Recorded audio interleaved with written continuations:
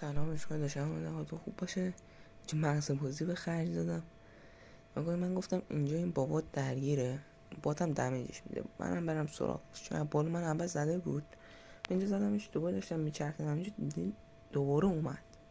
گفتم بیا پایین بیشور، داشت لود میکرد و اینجا نگاه کنید یه هد خوشگلشو زدمش. اینجا من نگاه کنید رفت پشت دیوار، من واسه کمترش کردم ویدیو رو. اینجا زدمش، بعد اینجا داشتم اونور نگاه یه دفعه میسپرید پشت سرم، گفتم اونجا میره، دوباره اومدم هدشو گرفتم زدم. این 4مین بار از من خورد، این 4 بار از من خورد. بعدم دلم واقعا واسه سوخت و اینجا دیدم یه اسنایپ گرفته، من گفتم باید یارش باشه.